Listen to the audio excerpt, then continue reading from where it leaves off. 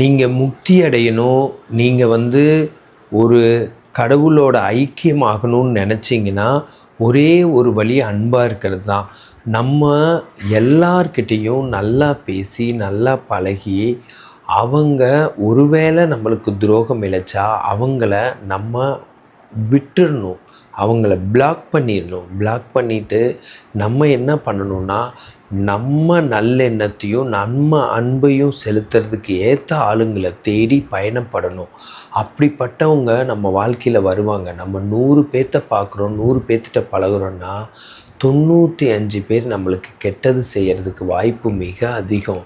ஆனாலும் ஒரு 5 பேராச்சும் நம்மளுக்கு ஏற்றவங்க, நம்மளுக்கு நல்லது செய்கிறவங்க நம்மளுக்கு கிடைப்பாங்க. அந்த 5 பேருக்காக தான் நம்ம வாழ்கிற வாழ்க்கையில் இந்த 95 பேர்கிட்டேருந்து நடந்த கெட்டதை எல்லாம் நம்ம வாங்க வேண்டியதாக இருக்கும். ஆனாலும் அதை கைவிட்டுட்டு இனிமேல் யார்கிட்டேயும் சேர மாட்டேன்னு சொன்னால் நம்ம கடவுள் தன்மையை இழந்துருவோம். நம்மளுக்கு ஒரு மகிழ்ச்சி இருக்காது. நம்ம நோய்வாய்ப்பட்டுருவோம். அதனால் எப்போவுமே கடவுள் தன்மை வேணும்னா அன்பாக இருக்கிறத ஒரு கொள்கையாக வச்சுக்கோங்க. நன்றி.